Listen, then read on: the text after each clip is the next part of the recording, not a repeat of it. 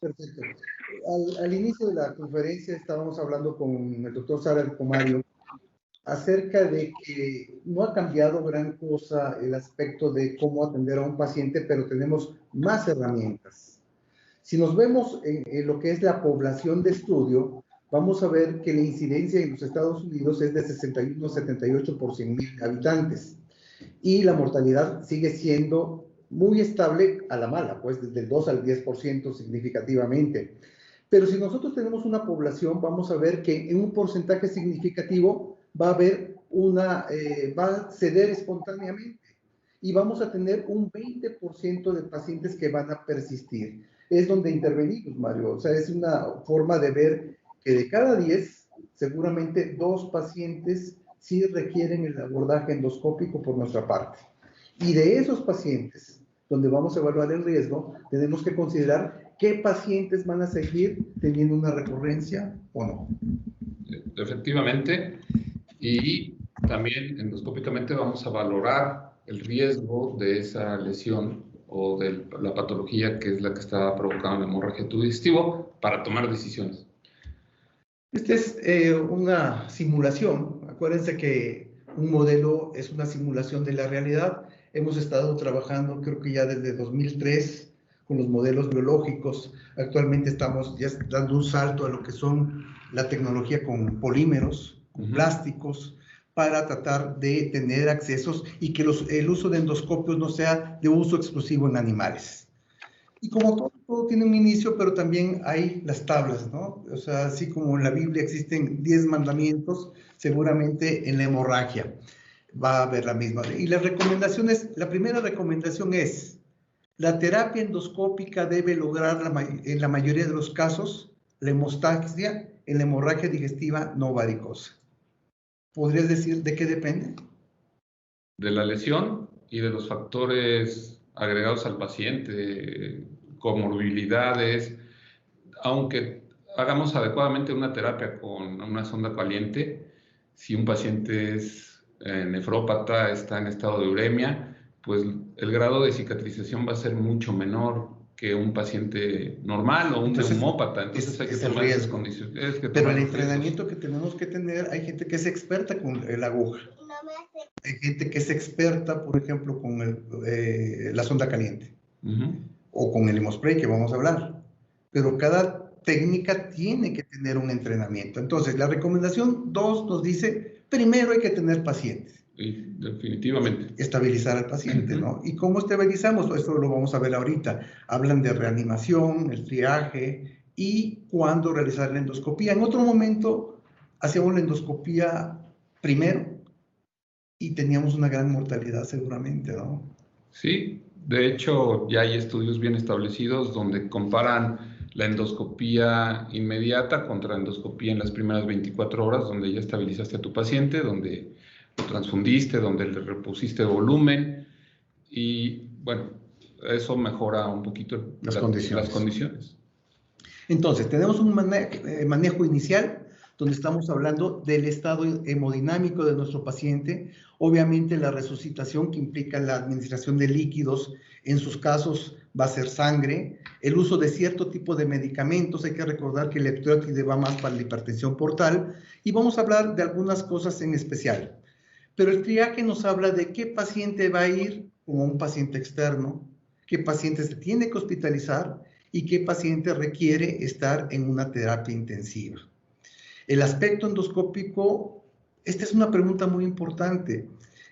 Sedación endovenosa, intubación del paciente, seguramente que esto tenemos que discutirlo con nuestro anestesiólogo, pero obviamente la vía aérea tiene que estar asegurada, ¿no? Para tener menor riesgo, ¿no?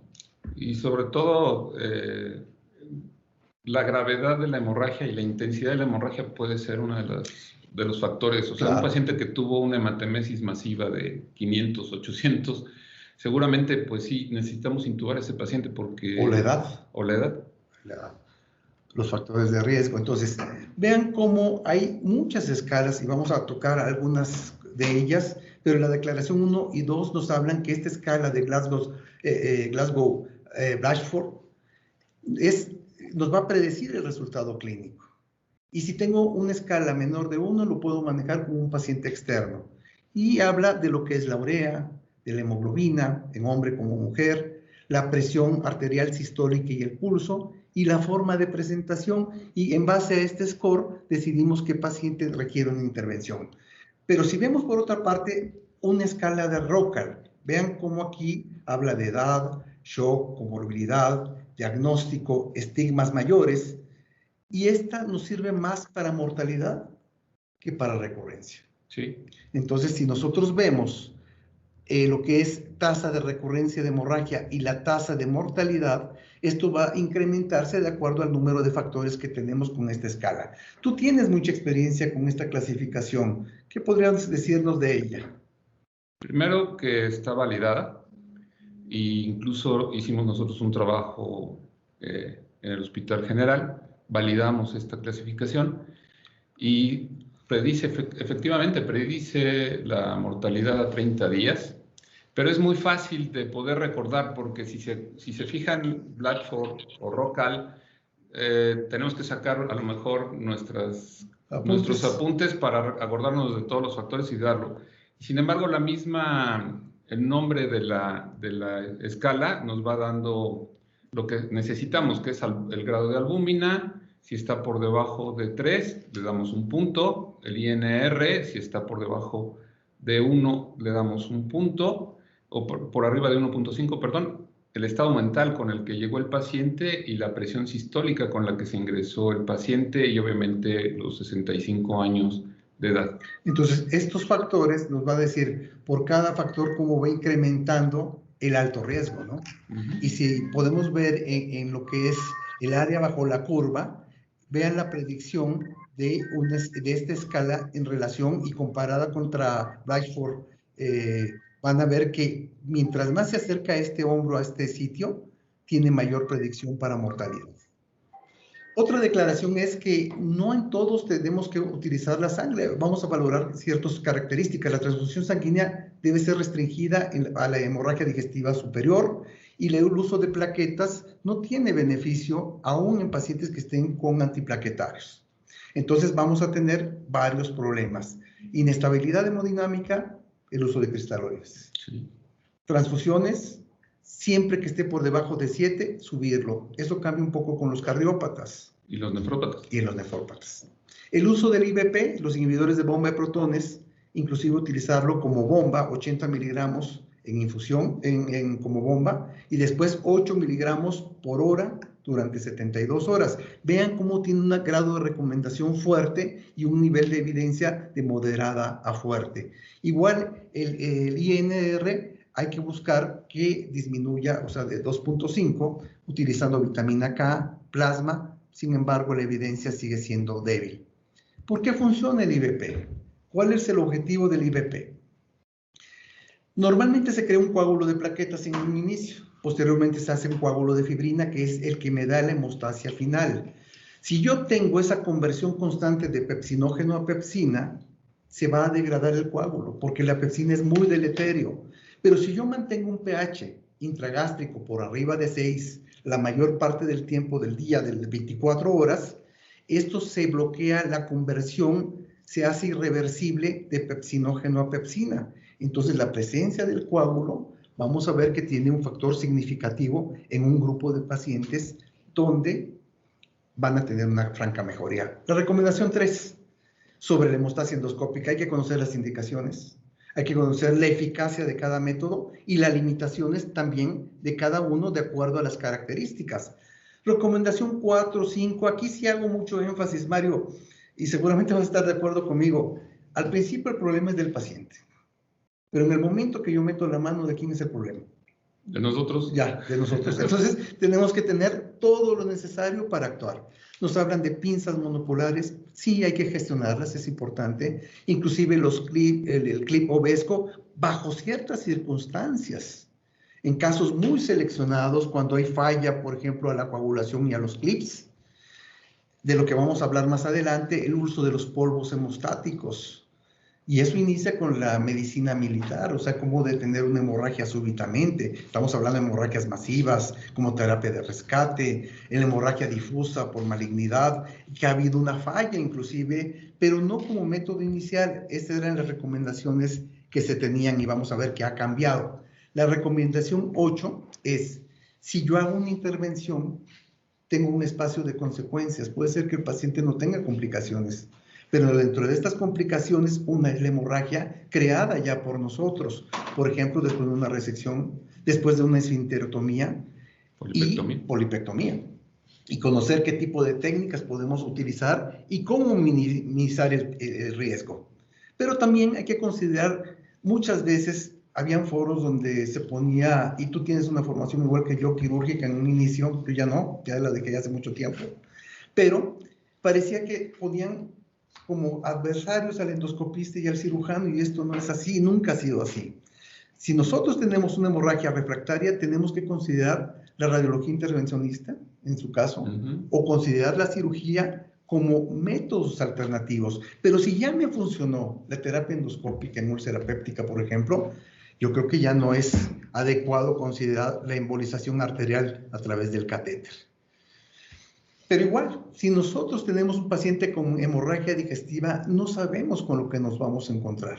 Y esto es lo que le llamamos el espectro de la enfermedad. ¿Cuál es la prevalencia, por ejemplo, del de la FA? 1% de las hemorragias masivas. Pero seguramente en angiodisplasia el abordaje va a ser otro. Seguramente lo que necesitas en un Mallory, y aquí tenemos un Mallory, un desgarro, pero muy profundo, la mayoría se autolimitan, pero algunos sí requieren tratamiento. Entonces, tenemos que utilizar clasificaciones. Son muy fáciles. Cuando estamos hablando de hemorragia aguda, hablamos del 1. El tipo 1, que puede ser A, es un chorro, es pulsátil. El B es en capa. En capa o resumante. La prevalencia es menor. Pero si hago la endoscopía en las primeras 12 horas, seguramente es diferente que la haga yo en las 24 o en las 48 horas o después del efecto del IVP. Y la recurrencia es muy alta. Entonces, vamos a tener a veces casos como esto. ¿Qué se antojaría, Mario? Porque ahí lo tienes de frente, pero el paciente está chocado, está con una inestabilidad hemodinámica y a veces dice uno, lo que necesito es detener la hemorragia. ¿Qué es lo primero que te diría un anestesiólogo cuando estás trabajando? Lo primero es manejar el choque, pero lo segundo que le va a preocupar al anestesiólogo va a ser la hemorragia que vaya a broncoaspirar. Claro. Entonces te dice apúrate. Sí. Entonces, seguramente aquí que tenemos de frente decidimos colocar la inyección y un clip. Pero si ya tengo el tipo 2, que puede ser 2A, 2B o 2C, uno me habla de un vaso visible no sangrante. Vean cómo la probabilidad de recurrencia es como un volado, es un 50%. Sí. Lo tengo que tratar. Pero el 2B, aunque es menor la recurrencia, vamos a ver cómo existen alternativas de tratamiento o de no tratamiento. Aquí, por ejemplo, estamos viendo un coágulo adherente, es un 2B, y hay una irrigación firme, vigorosa, para limpiar. Pero si limpio, ¿qué tengo que tener, Mario? Por lo menos 2 métodos a la mano para poderlo resolver. Si no, no lo toco. Si no, no lo tocas. Si no, no lo toco, porque ahí empiezo a tener problemas de seguimiento. Los de menor riesgo son el 2C, que es una mancha plana, y el 3, que es una base limpia de la clasificación de Forrest. Van a ver cómo la recurrencia es mucho menor. Volvamos un poquito a lo que hablamos. Si ya tengo un coágulo adherido, lo puedo remover y es una buena recomendación con buena calidad de evidencia, es moderada. Pero también podría yo dejarlo el coágulo, pero sí necesito utilizar dosis altas del IVP. Recuerden nuevamente, ese coágulo va a permanecer más tiempo ahí si tengo dosis de IVP altas porque mantengo un pH suficientemente alto. En algunos, por ejemplo, el 2C puede utilizar también el IVP, pero a dosis oral, ya cambia. Pero hay otros predictores más. Edad, inestabilidad hemodinámica, nivel de hemoglobina, el tipo de Forrest, los valores de albúmina que mencionabas, el tipo de lesión, el tamaño de la lesión y sobre todo su localización. Una lesión localizada en la curvatura mayor, pues seguramente va a agarrar la gástrica izquierda. Exacto.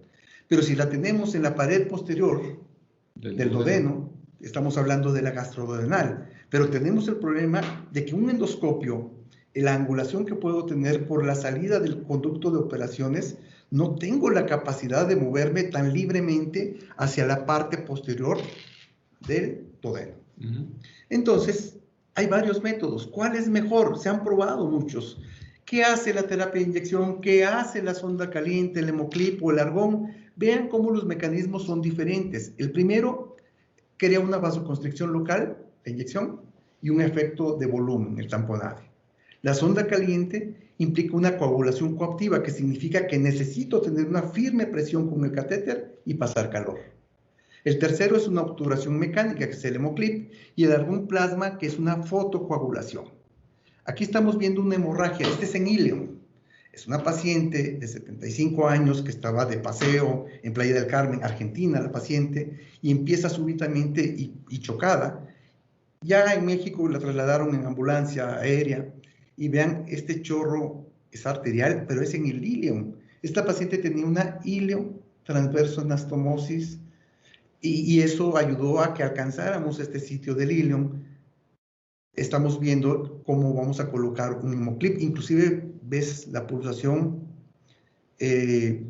Probablemente alguien podría decir, no sé si Mario, podrías aplicar primero la inyección, algún otro método. Aquí nosotros decidimos colocar el clip directamente, que fue satisfactorio. Y aquí la pregunta es, ¿vuelvo a inyectar o coloco otro clip? Pero eso ya depende mucho del manejo de cada quien. De la experiencia que te da el ver la lesión. Aquí, inyectar primero probablemente hubiera complicado más la colocación del clip como método definitivo. Y seguramente el tamaño del clip, la apertura del clip también es muy importante. Existen nuevos métodos. Esto es lo último, el uso del spray hemostático, el clip que es más amplio como la trampa de oso, que es el Ovesco, o los métodos de ablación que se me hacen muy sofisticados. ¿Y por qué el hemospray? ¿Por qué un nuevo enfoque? Si ya teníamos aparentemente todo corregido, ¿por qué decidir un camino diferente, un enfoque diferente? Seguramente lo que se está buscando es disminuir riesgos y que hay un 20% todavía de margen de pacientes que no responden a las terapias convencionales. Las ventajas de aquí, haciéndolo muy simple, es que es un método no térmico, no traumático, no es de contacto, y cuando hablamos de una aplicación no precisa, nos estamos refiriendo a lo siguiente. Si yo veo un vaso sanguíneo y quiero colocar el clip, tiene que ser preciso. Si yo veo un vaso y quiero utilizar la sonda caliente, tiene que ser en el sitio donde tiene que ser. A eso se refiere una aplicación no precisa. Es un área de alta sospecha de que ahí está el problema. Vean las características. Es una mezcla mineral, no contiene proteínas ni humanas ni animales, sustancias vegetales ni alergenos conocidos. Es inerte. Por lo tanto, si me caen los ojos, la idea es que no me caigan los ojos, pero es inerte. ¿Se puede tapar el conducto de operaciones del endoscopio? Sí se puede, pero no lo daña. No lo daña. No es tóxico ni local ni sistémico. ¿Y cómo funciona? Si yo suelto el polvo por pura gravedad empieza a caer, y en el sitio donde están saliendo esas células hemáticas se empieza a bloquear, se absorbe el líquido, crea una barrera mecánica y empiezan a actuar los factores de la coagulación. Qué tranquilidad, Mario, porque si yo le inyecto o si yo le pongo un método térmico y el paciente empieza con dolor o distensión abdominal, pareciera que ya la complicación la creaste tú. Sí. Aquí, esto me da una seguridad del tratamiento. Pero ¿cómo actúa? Ya decíamos, como una barrera mecánica y activando los factores de la coagulación. Y esto nos da gran seguridad. Pero si todo estaba bien, aquí necesito que me hagas el cambio para que... entre Víctor. Y yo le voy a preguntar a Víctor Lira, que es gerente regional de América Latina de Cook. Si todo estaba bien, de repente nos hablaron de que teníamos un problema con el hemospray y hubieron muchos rumores que si pasó esto, que si pasó el otro. Yo creo que hay que ir a la fuente original y que nos diga, Víctor, bienvenido y gracias por estar con nosotros. ¿Qué fue lo que pasó con el hemospray? Muchas gracias, Sergio. Un gusto saludarte, Mario. La verdad que primero que todo, agradecer la oportunidad de compartir esta tribuna y aclarar, como bien dices tú, muchas de las cosas que se han dicho sobre qué ocurrió con el Hemospray. Siguiente, por favor.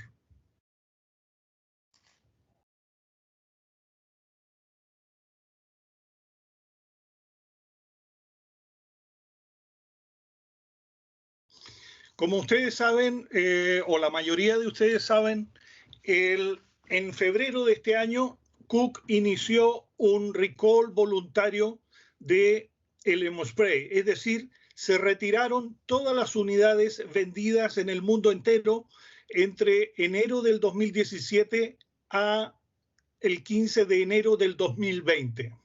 Esa es la situación. Es un recall voluntario porque detectamos que habían algunos problemas en algunos dispositivos. Siguiente, por favor. Básicamente, el retiro voluntario se debió a que detectamos en 22 oportunidades, 22 productos representaron una falla. Del total de 93.000 unidades que se habían vendido en el mundo, solo 22 unidades presentaron algún problema. Esto quiere decir un porcentaje infinitamente bajo. Era un 0.023% de todo lo vendido, pero sin embargo Cook decide hacer este recall, este retiro voluntario de las unidades porque significaba que si había fallado una o dos, o en este caso 22, había algún riesgo tanto para los operadores o para el paciente. Este recall o el mal funcionamiento tenía que ver básicamente con el dispositivo de aplicación, en ningún caso con el principio activo del Hemospray. La siguiente, por favor. Esta es la situación que se nos presentaba en que la rosca roja que se usa para activar o abrir el CO2, que es el propelente del polvo hemostático, presentó algunas fallas, algunas fracturas y en una situación bien específica que ocurrió en Alemania, para ser exacto,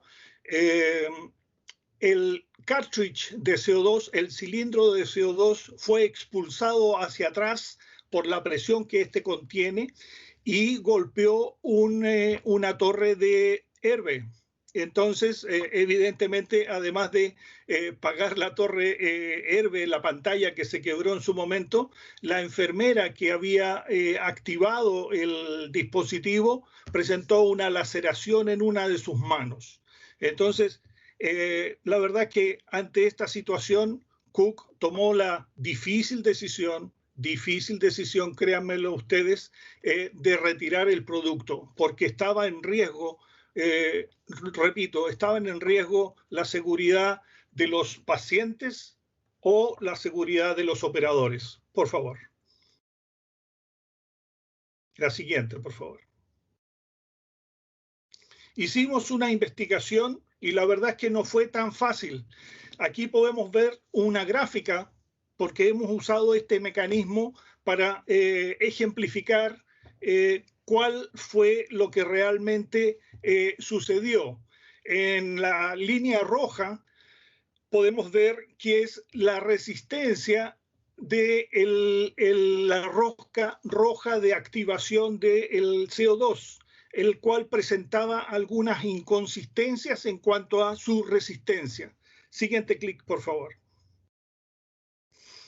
Si a eso lo relacionamos con la fuerza del operador o la fuerza de la persona que está activando el dispositivo, también las fuerzas de las personas son distintas, pero aquí se nos formó la tormenta perfecta, es decir, en el punto de cruce, donde las dos líneas de las dos gráficas demuestran que una pieza, una rosca roja con baja resistencia y un operador con mucha fuerza hizo que se quebrara esta rosca. Siguiente, por favor. Bueno, ¿qué hicimos desde ese momento? Desde enero a junio, la verdad es que nuestros investigadores llegaron a esa conclusión y determinaron cómo había que corregirlo. Y en realidad, como el principio activo del polvo hemostático no está en duda y no había ningún problema en el polvo propiamente tal, sino que todo se concentraba en la rosca roja de activación del cilindro de CO2, hoy día hemos decidido, no hoy día, hemos cambiado el proceso de fabricación de la rosca roja, es decir, le hemos dado una resistencia completamente estable, ¿ah? Y además de eso, hoy día inspeccionamos mecánicamente el 100% de los dispositivos antes de que entren a la línea de fabricación. La siguiente, por favor.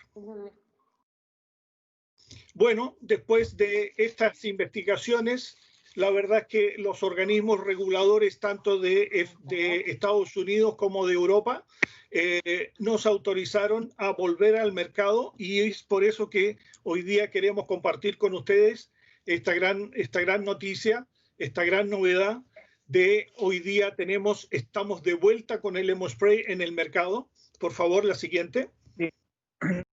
Sí es. Ya lo tenemos disponible en Canadá y en Estados Unidos.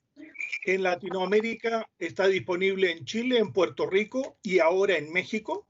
También en Europa, y hay otros mercados que tenemos que esperar por la aprobación del regulador local. La siguiente, por favor.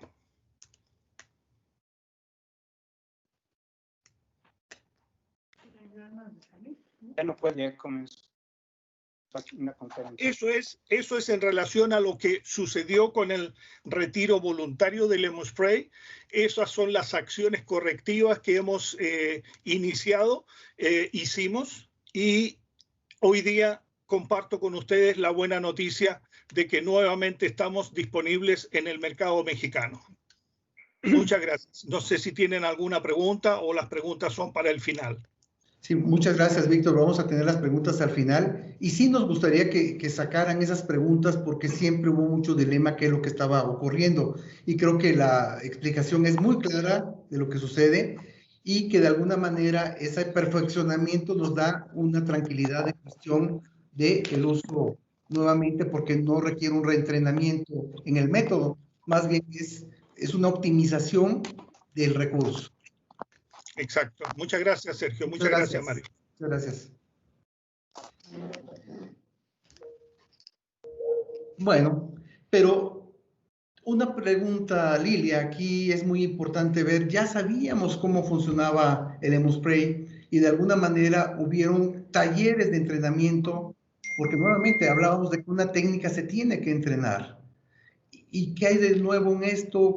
¿Cómo funciona el Hemospray? ¿Qué nos podrías decir de eso, Lilia, por favor? Bueno, doctor, al saber que no hubo ningún cambio en el dispositivo como tal, la técnica viene siendo igual, y bueno, considerando los pasos a seguir, que son los colores rojos, son 3, que se activa, que se abre y que se aplica. Y bueno, nada más recordando que el kit es desechable, viene el dispositivo, 2 catéteres de 7 French, 2 de 10 French. Se coloca el catéter en el dispositivo, se activa el dispositivo, viene una indicación con unas flechas a la derecha, se hace la activación, necesitamos una jeringa de 60 cc para inyectar aire en el canal de trabajo, colocamos el catéter ya sea de 7 o de 10 French, simultáneamente con una jeringa vamos a inyectar también aire en la jeringa, y ya una vez posicionado en la lesión, iniciamos a hacer la aplicación. Segundo paso, abrimos la llave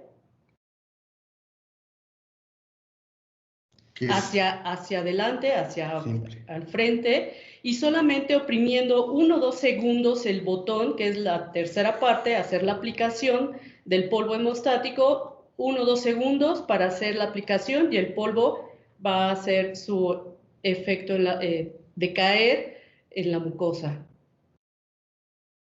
Al terminar el procedimiento, cerramos la llave, retiramos el catéter del canal de trabajo del endoscopio y desactivamos el dispositivo sabiendo que el equipo es desechable. Y cerramos normalmente porque al desconectar lo que puede ocurrir es que salga el polvo en el sitio porque todavía hay presión en los conductos, ¿no? Es como precaución, ¿no? Como precaución, doctor, claro que sí. Bueno, pues muchas gracias. ¿Y cómo inició todo? Nuevamente hablamos de los modelos animales.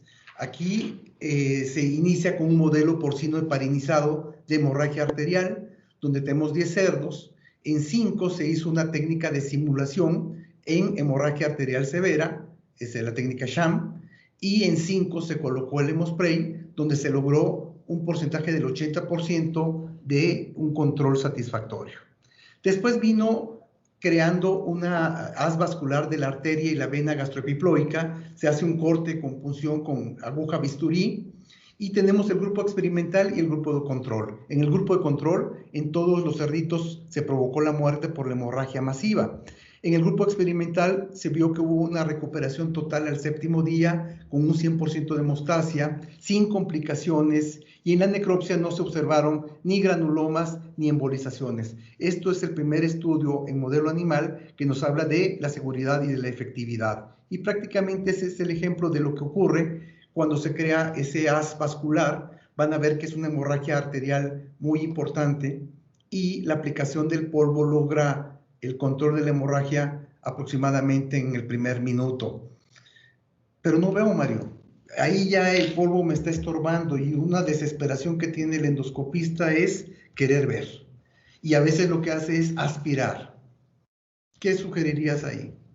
Primero, aspirar no pueden porque está ocupado el conducto de operación por el mismo catéter del hemospray. Segundo es tratar de dejar que se baje primero el polvo, que caiga por gravedad. Pero hay veces que la misma fuerza del CO2 con que impulsa el polvo te lo envía hacia el lente. Y la única forma de limpiarlo es sacar tu endoscopio. Pero podría yo primero es sacar el catéter y irrigar probablemente, ¿no? O aspirar ya, pero ya sin el catéter. Pero a veces sí requiero sacar el endoscopio. Tú tienes mucha experiencia en el uso del sobretubo, inclusive en pacientes con hemorragia, ¿lo has hecho? ¿O no sugieres? Hemorragia pocas veces. Pocas veces. La experiencia con el sobretubo es más por cuerpos extraños. Okay. Pero sí, lo que te quería decir, Sergio, es mejor saquen el endoscopio. Limpiar. Y limpiarlo, porque... y otra cosa muy importante. Si pusieron el suficiente polvo, confíen en que sí paró la hemorragia. Entonces, ya no se desesperen tanto más, ¿no? Ya no vale la pena. Entonces, no tiene efectos sistémicos, ni locales ni sistémicos en el modelo animal. Eso es, no produce efectos embólicos, no causa obstrucción intestinal, no hay daño local, no hay coagulopatía. Una de las primeras preguntas que estamos viendo es cómo el polvo actúa en los factores de la coagulación. Primero me hablan de que el polvo es un mineral, pero no me dicen de qué es. Entonces no podría yo decir cómo va a activarlo, pero seguramente el hecho de crear esa barrera mecánica puede ser el mecanismo de activar los factores de la coagulación. Otro mecanismo directamente o inherente al polvo, no podría decirlo porque no sabemos el contenido de ese polvo, ¿no? Pues, efectivamente, o sea, sí, sigue siendo un secreto. Sigue un secreto. Sigue siendo un secreto. El Kentucky Fried Chicken, ¿no? Ok. El primer estudio importante en 20 pacientes con úlcera péptica lo hizo el doctor Song en hemorragia aguda, donde logra detener en 19 de 20 pacientes una hemorragia. Pero hay recurrencia en 2 y vean las características de por qué recurrieron estos pacientes y por qué uno se fue a una embolización arterial. Este estudio nos habla de la seguridad y la efectividad en la úlcera péptica sangrante. Estos son algunos casos que nos enviaron en cuestión de una hemorragia es un Forrest 1B. Lo tenemos de frente y podemos colocar el hemospray de manera segura, y seguramente la punta del catéter no tiene riesgo de que esté en contacto con la sangre para que se tape. Aquí tenemos en duodeno, en la primera porción duodenal, van a ver un chorro arterial, es un Forrest 1A, donde podemos observar en la parte de abajo que hay unos clips. ¿Qué significa eso? Pues que no han funcionado. No funcionaron. Que el posicionamiento fue complejo, que la apertura de un clip en un conducto más pequeño es complicado. Y aquí decidieron colocar el polvo directamente, y seguramente las coronarias del doctor descansaron, ¿no? ¿Sí? Porque ya el polvo no me deja ver. Y sin embargo, podría yo tomar la decisión de colocar un clip sobre el polvo o ya no hacer nada porque ya gané tiempo. No, ya no hacer nada. No hacer nada. Entonces, los primeros estudios nos hablaban de un porcentaje de hemostasia primaria del 85%, pero vean los tamaños muestrales, muy pequeños. 33 pacientes con úlcera péptica, y la recurrencia todavía era del 15% al 7º día. Posteriormente, la hemostasia inmediata se logró hasta un 92% y la recurrencia era todavía del 20%. Y cuando se estratificaron estos pacientes con hemorragia activa, que es 1A, 1B, nuevamente el tamaño muestral es pequeño, se logra el 95%, pero aún así existe una recurrencia del 25%. Una de las series de casos más importantes es publicada recientemente en 2020 por el doctor Hussein, en 14 centros en Europa y en Estados Unidos.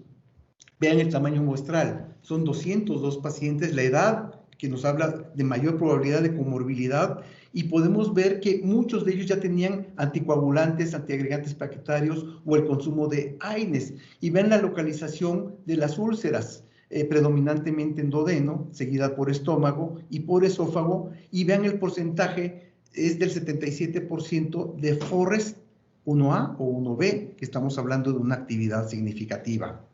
Pero también nuestra intervención puede dar lugar a hemorragias, ya lo hemos platicado. Vean la hemostasia inicial provocada después de una intervención, el 88%, la recurrencia ya es menor, pero la mortalidad es alta. Con los métodos hemostáticos convencionales se reportó a 30 días del 22%, pero con el hemospray fue del 16%. Esa ganancia terapéutica del 6% fue estadísticamente significativa. Ahora, Mario, a veces comparamos peras con manzanas. Aquí no puede haber un estudio aleatorio porque estamos hablando, en algunos la inyección de adrenalina, más todos tienen hemospray. Hemospray con una segunda técnica que es adrenalina, o con clip, o adrenalina más clip, o adrenalina más térmico, o con todo, adrenalina más térmico con clip. Y vean cómo las tasas son significativamente altas. Aquí se nos cae el 77%, pero el tamaño muestral es bajo. Entonces sí voy a tener muchas oscilaciones. El objetivo en 16 centros, de 2016 a 2019, otro estudio no aleatorio, en hemostasia post-intervención, vean las causas: resección, polipectomía, disección submucosa, esfinterotomía o biopsias inclusive. Eso los podemos tener cada vez que hay más intervencionismo. Lo que se busca es la hemostasia y disminuir la recurrencia. Vean cómo es un número pequeño, pero se logró la hemostasia en el 100% y aún así hubo una recurrencia del 4%. Y estos autores sugieren un algoritmo. Si tengo una mala visibilidad o dificultad al acceso, podría ser de primera indicación como monoterapia utilizar el hemospray y considerar una endoscopía porque tengo, como second look, a las 48-72 horas porque tengo alto riesgo, reevaluar el sitio de hemorragia. Pero si no, probablemente utilizar la terapia endoscópica convencional en una sesión y si esta falla, combinar con el hemospray. La Clínica Mayo también publicó en 34 pacientes y vean las características de estos pacientes con dificultad de control con los métodos convencionales. Y vean la comorbilidad, el uso de anticoagulantes, antiplaquetarios, diátesis hemorrágica, y ellos van viendo los porcentajes de respuesta y de recurrencia con el uso del hemospray y van a ver cómo aún así tenemos un 68% de hemostasia primaria, pero son pacientes complejos. Complejos. Aquí tenemos, por ejemplo, una resección endoscópica de la mucosa, pero del esófago. ¿Cómo aplicar ahí inyección? ¿Cómo aplicar, lo tengo de lado, terapia térmica en el esófago? ¿Cómo aplicar un obesco en ese sitio? Creo que la hemostasia simplificada, como se menciona aquí. Y el área denudada y la extensión. Entonces, pues sí, Lemospray es una buena opción. Aquí, después de una resección endoscópica de la mucosa en la pared posterior del estómago del antro, es muy amplia. Y este paciente empezó con una hemorragia en los bordes. Y se aplicaron clips en los sitios, pero seguía teniendo hemorragia persistente. Y lo que se decidió es combinarlo con la aplicación del Lemospray. Este es un caso tuyo, Mario, y no me hubiera gustado estar en tu lugar cuando decidiste hacer la ligadura de varices de este paciente, ¿no?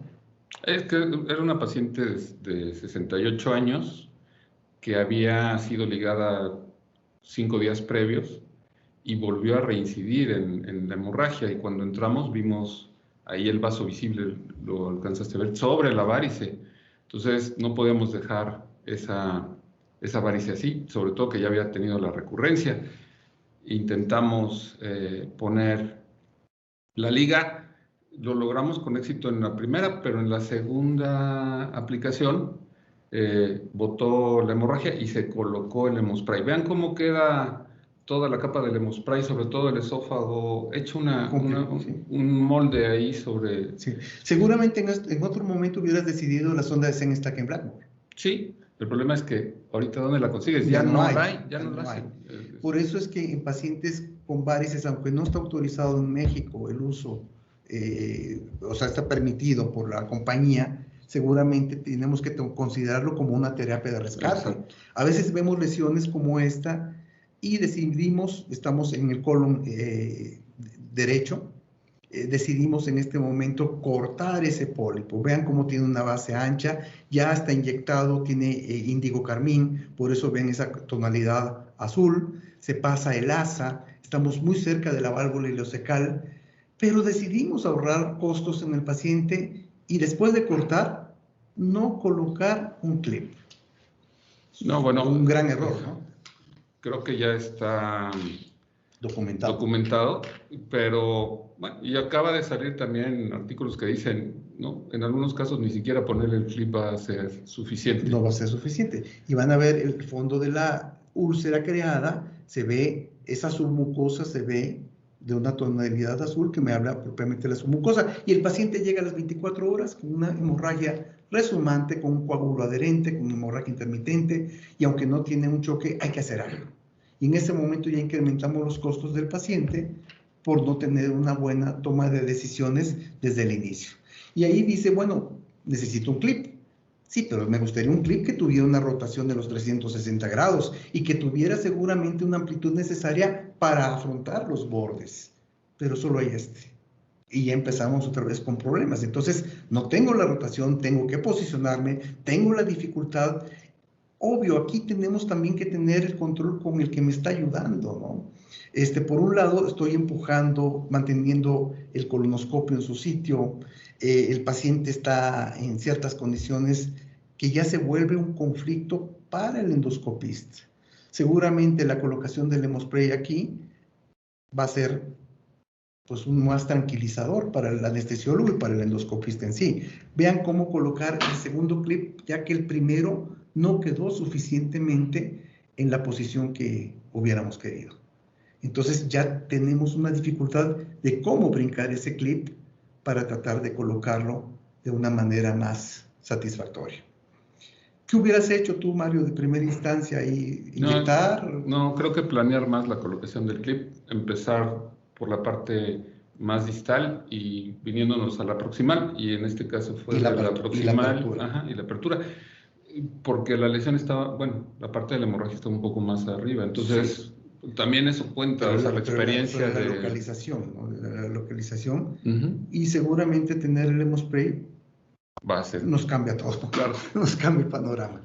Entonces, si ya vemos por lesiones, úlcera péptica, maligna, posprocedimiento, inflamatorio, angiodisplasias, vean las tasas de respuesta. Aquí en úlcera péptica ya el tamaño muestral es más significativo, en hemorragia, en malignidad también, pero aún así tenemos un porcentaje de recurrencia. Tenemos que pensar en métodos combinados. Vean, cuando hablo de, ya de Mospray, monoterapia, combinada con métodos hemostáticos o como rescate, estoy ya rompiendo el paradigma de que el Hemospray debería ser como la segunda línea o en ciertas cosas, pero todavía no tenemos estudios clínicos que nos dijeran que puede desplazar de alguna manera a la terapia convencional. Ese video es de Gualberto Mateos, en un paciente en terapia intensiva, que donde ven una hemorragia pulsátil, no se ven varices, pero se antojaría colocar un ligador de varices. Sin embargo, el paciente está intubado, Mario. El paciente, a veces desinflamos el globo para pasar esto, pero seguramente no va a tener la misma efectividad. ¿Colocarías un clip ahí, por ejemplo? Va a ser difícil. Difícil y sobre todo... Resbala, no hay donde se tenga la fuerza. ¿Método térmico ahí? Pudiera, a lo mejor... Pero con las probables complicaciones, ¿verdad? Claro. Entonces, el chorro es fuerte. Sí. ¿El Hemospray ahí? Sí. Entonces es anecdótico, pero más bien es una terapia de rescate. Ahí es una terapia de rescate. Y lo más seguro es que te dé tiempo para que a las 48 horas puedas entrar, y si todavía tienes oportunidad de ponerle ahí un clip, va a ser con mucho más calma que con ese grado de hemorragia. Entonces ganamos tiempo. Ganamos tiempo. Y sobre todo estabilizamos a un paciente para tomar, por eso decían a las 48, 72 horas, porque tiene un alto riesgo de volver a sangrar este paciente, que no ocurrió, fue suficiente con lo que se hizo. Y este caso también es tuyo. En todos los pacientes con divertículo buscas generalmente el sitio, pero a veces no es posible encontrar el sitio y tienes un alto riesgo de probabilidad de que sea el sitio adecuado. Pero aquí localizaste un vaso. Exacto. Y decidiste colocar un clip. Sí, porque por método térmico, como está en la base, pues ahí... Y era un paciente que ya había tenido 2 recurrencias de la hemorragia. Y aquí, por ejemplo, al traccionar y al tratar de sacar el clip, ¿no podría desgarrar más? Pues, de hecho, por eso presentamos el caso, porque sí, desgarramos, o sea, sí, se volvió a sangrar. Afortunadamente, dejamos el clip ahí puesto ya y usamos el Hemospray para que terminara de hacer la coagulación, y este paciente ya no volvió a recurrir de hemorragia. En este caso, por ejemplo, a mí me tocó en un paciente que tiene una hemicolectomía izquierda, tiene divertículos, que son los que más sangran, son los del lado derecho, y vean que hay un sitio donde está sangrando en forma intermitente, pero no localizamos el sitio preciso. Seguramente lo que buscamos también es estabilizar al paciente, mejorar sus condiciones, y la aplicación, ese método no preciso, genera esa barrera mecánica que nos detiene la hemorragia y ganamos mucho tiempo. Pero también tenemos pacientes con terapia anticoagulación, o en este caso que es un paciente con deficiencia de von Willebrand, el factor 8, que tiene problema de la coagulación. Era un de la Foix, o sigue siendo un de la Foix, multitratado, por eso lo ven fibroso, y tiene un coágulo adherente. Más adelante van a ver que tiene clips. ¿Por qué? Porque se trató de colocar, resbalan en ese sitio, no tiene la suficiente apertura de un clip grande, lo cual inyectar, el paciente sigue sangrando, terapia térmica no funciona, y a veces lo que ganamos nuevamente es tiempo para mejorar las condiciones del paciente. Este paciente tenía una funduplicatura inclusive, entonces vean cómo el catéter tenemos que mantenerlo en cierta posición para que no esté pegando. No tenemos la distancia que nos hablan de 1 o 2 centímetros, no, porque no hay espacio. Sí, pero esto fue efectivo para controlar. Se dice que el Hemospray puede ser el método de elección en la hemorragia neoplásica, ya que es una técnica de no contacto que cubre grandes áreas de hemorragia. Y lo hemos visto, Mario, tratar de poner argón. No. A veces provocamos más. Aparte de que vas a meter mucho gas, el paciente te va a estar eructando. Y recurre. Si utilizar otros métodos, en su momento utilizaron el formol, nosotros tuvimos experiencia en esto, pero sí, el riesgo de complicaciones es terrible, sí, ya sí, no es válido. Sí, maestro Corral. En su momento fue adecuado. Con formol, pues era lo que se tenía. Era lo que teníamos. Y se lograba controlar, sí, pero claro. El grado de complicaciones existía. Había una forma de ponerlo, etcétera. Claro, etcétera. Pero no fue uniforme y eso dificultó mucho. Entonces, el uso del Hemospray en este caso ya ahora sí tenemos metaanálisis, estamos hablando de 20 estudios clínicos con 1.280 pacientes evaluando nuevo evento, hemostasia temprana, tardía, refractaria, mortalidad, y vamos a ver que la tasa de éxito técnico es muy alta, pero la tasa de éxito clínico no va a la par, es menor, pero es actualmente mejor que con los métodos hemostáticos convencionales. Entonces ya es una alternativa de lo que se decía antes, posibilidades de uso como primera línea en lesiones sangrantes con difícil posicionamiento, estamos de acuerdo. En hemorragia multifocal por tumores, estamos de acuerdo. En lesiones vasculares sangrantes ya lo estamos viendo. Como segunda línea ya habría que valorar hemostasia dual fallida, pospolipectomía, probablemente tú quitas la anticoagulación a un paciente que le vas a hacer una polipectomía, incrementamos el riesgo de fenómenos embólicos. Entonces, probablemente sería una herramienta muy significativa en ectasia vascular antral, en pacientes con anticoagulación, en la proctopatía por radiación. Entonces, en conclusión, necesitamos un manejo multidisciplinario, no es que quién es mejor, si el endoscopista o el cirujano, ni el radiólogo, el método de resucitación y estratificación del riesgo, el abordaje temprano, pero teniendo paciente. La terapia dual sigue siendo el estándar de referencia, el estándar de oro. El Hemospray es seguro y efectivo, pero requerimos todavía más estudios clínicos aleatorios para evaluar el tamaño del efecto. Y ahora sí vamos a dar lugar a las preguntas que se tienen. Lilia, por favor. Sí, doctor Sobrino nos pregunta en el auditorio, ¿cómo activa la cascada de coagulación? Vía plaquetaria, factores de coagulación. Factores de coagulación mencionábamos, y si yo digo que es un polvo, es un mineral que no conocemos qué es, no podría decir que es por efecto de la sustancia misma. Estoy hablando que el efecto de barrera es el que desencadena la cascada de la coagulación a nivel local. Sí. La siguiente pregunta, ¿qué pasa si se aplica sobre la piel o sobre otras mucosas por accidente? Nada, absolutamente nada, es echar agua, pero no me agradaría que me cayera en los ojos, es horrible. Termina toda la sala de endoscopía entalcada, pero no pasa nada. No pasa nada, pero nuevamente, como nos enseñaron en cirugía, Mario, el uso de los instrumentos no puede estar con el Hemospray hacia arriba o hacia abajo. Por eso es que tú mencionabas, Lilia, de que se tiene que cerrar, porque cuando desconectas el catéter de la pistola, es muy probable que salga ese polvo. No pasa nada, pero hay que protegerse. Sí.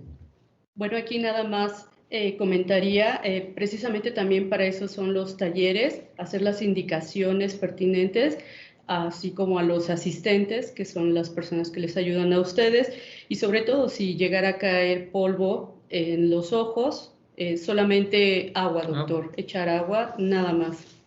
El polvo no es tóxico y sí, ya hablábamos de que no tiene efectos secundarios sobre eso. Exactamente. Sí.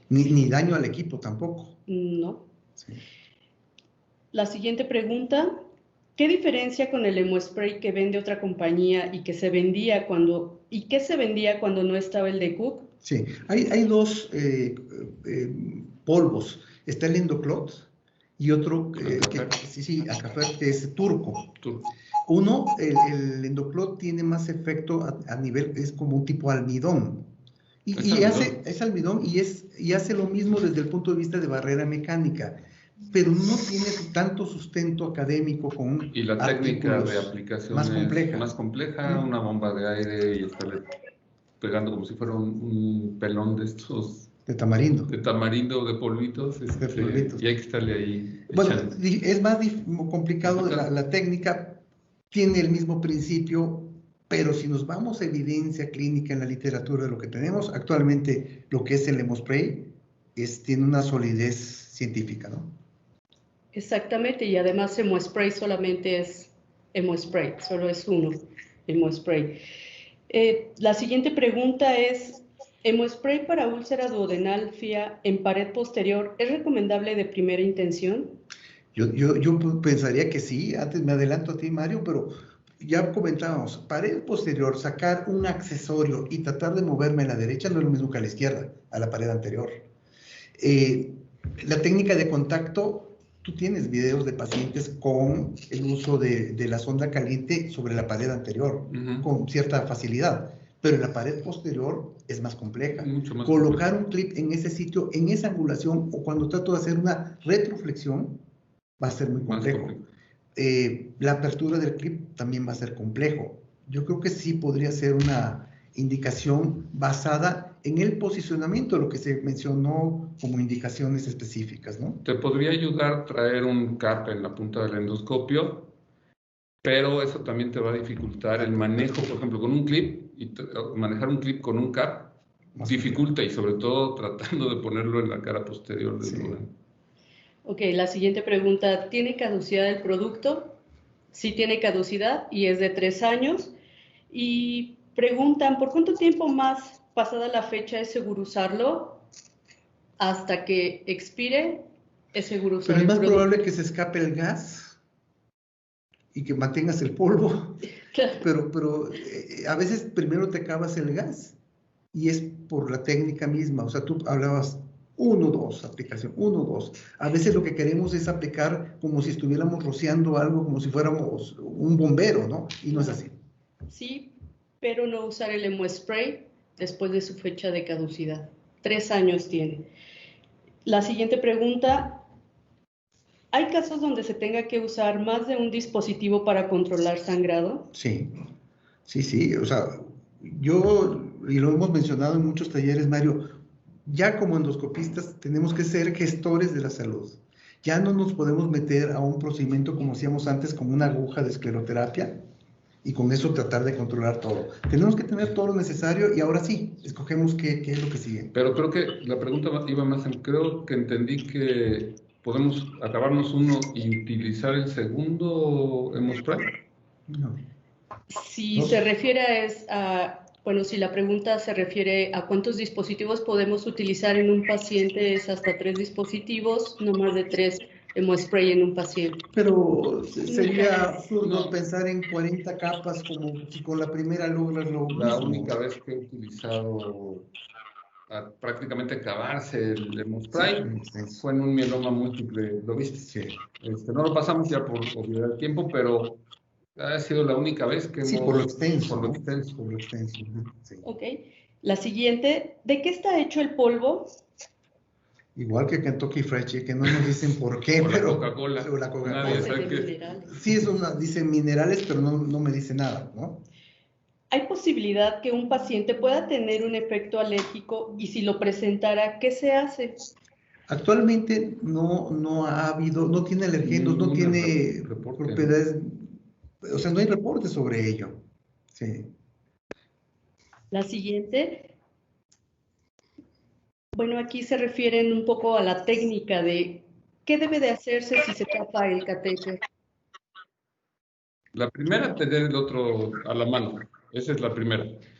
Ya habiéndose tapado el catéter es muy difícil de poderlo volver a destapar. Tendrías que utilizar una guía hidrofílica, a veces eso te ayuda, pero para eso vienen 2 catéteres, ¿no? Pero yo creo que lo más importante es la técnica de antes para que no se te tape el catéter. Eso sí, yo creo que es lo más importante. Yo creo que Víctor va a estar de acuerdo con lo que voy a decir.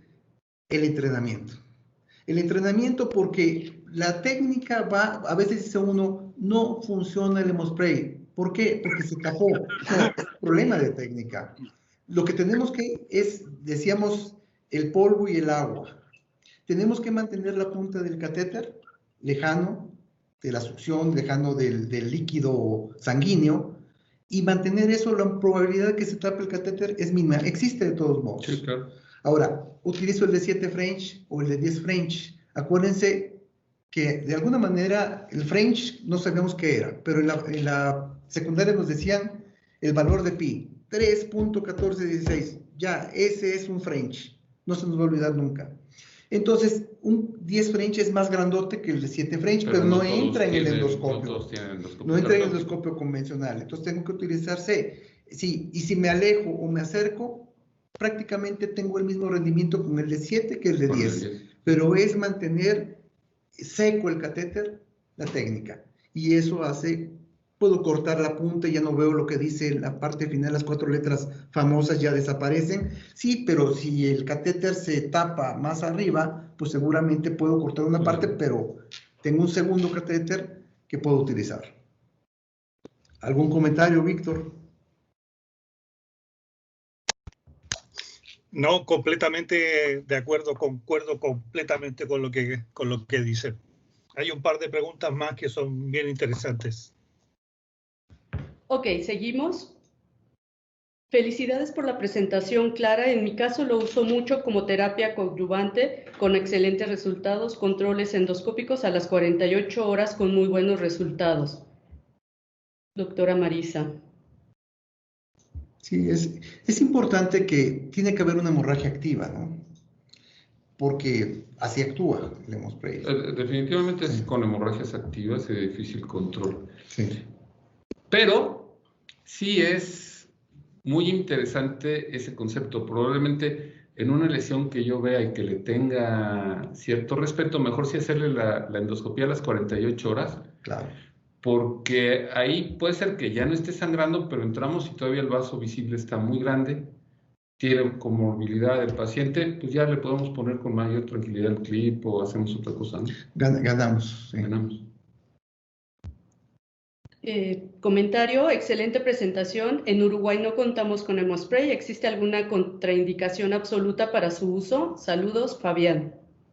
Fabián, qué gusto oírte. Contraindicaciones como tal, no. Y yo creo que tienen que trabajar con Víctor para que pronto esté allá en Uruguay. Porque, se los juro, tener el Hemospray a la mano hace una tranquilidad. Duermes tranquilo. Duermes tranquilo. Eso es una gran diferencia.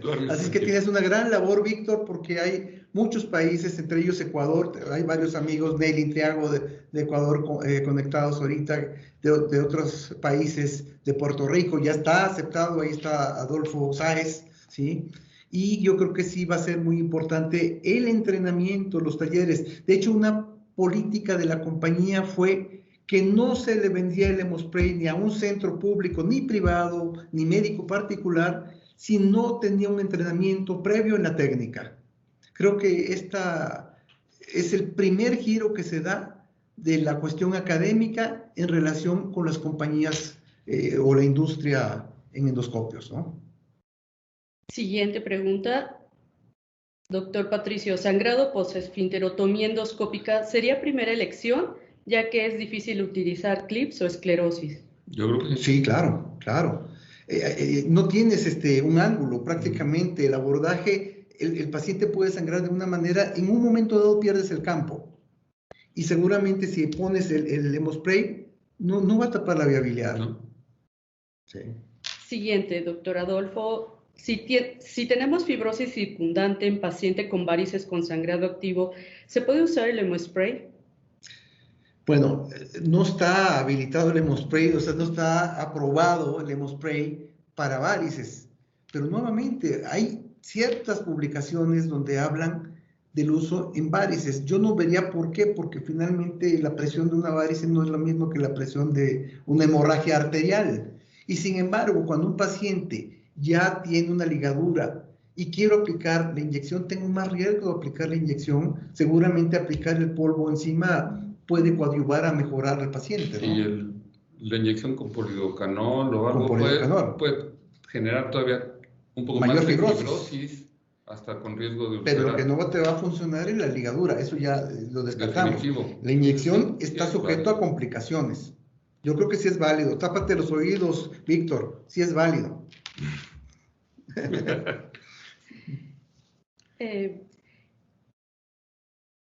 La siguiente, en caso de recurrencia de sangrado posterior a uso de Hemospray, ¿recomienda volver a usar Hemospray? Roxana.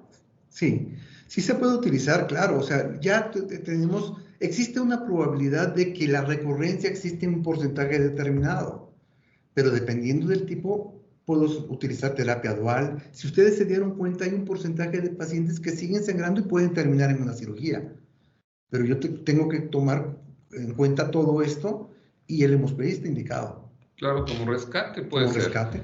Pero entonces hay que adelantarse entonces a ese evento de si pudo haber resangrado a ese paciente que le puse el hemospray. Hay que hacerle el second look, Claro. valorarle de nuevo la lesión y si es, utilizar otro método antes de que tengamos que volver a utilizar el hemospray. Totalmente de acuerdo. Okay. Comentario, gracias Sergio y Mario desde Puerto Rico. Saludos y un abrazo, doctora Grajeda. Otra pregunta, Saludos. ¿hay evidencia del uso de hemospray en cirugía abierta en lecho vesicular sangrante? Está indicado para mucosas, no para serosas. De alguna manera, uno pensaría cómo funcionan en otros sitios, porque así empezó las técnicas hemostáticas en los militares. Pues seguramente pero en la película de Rescatando al Soldado Ryan probablemente llegó hasta el hígado el polvito, sí, ¿no? pero seguramente, pero no está indicado todavía. No está indicado. No está indicado para ello. Pues damos por terminado. No sé si tengas algún comentario, Víctor. Me gustaría, Fernando, Lilia, Mario, algún comentario. Solo un minuto para agradecer y felicitarlos por la ponencia. La verdad es que estamos convencidos que este tipo de actividades, por iniciativa de nuestro representante Endomédica en México, contribuyen en forma muy importante a la educación y al entrenamiento de los médicos en México y en muchas partes de Latinoamérica.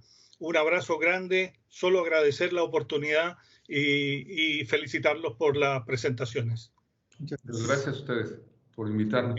Igualmente, Mario, Sergio, muchas gracias por su apoyo, muchas gracias por la excelente plática y muchas gracias a todos los asistentes por su tiempo y estaremos después haciendo algunos otros webinars que les pasaremos por mail. Muchas gracias a todos. Yo les agradezco mucho la colaboración. Fabián, muchas gracias por todo el apoyo técnico. Y esta pregunta se la voy a hacer a Mario. Y a ti, Mario, ¿qué es lo que más te molesta? ¿La ignorancia o la indiferencia? Ni lo sé, ni me importa. Muchas gracias, buenas noches. Gracias a todos, buenas noches, hasta luego.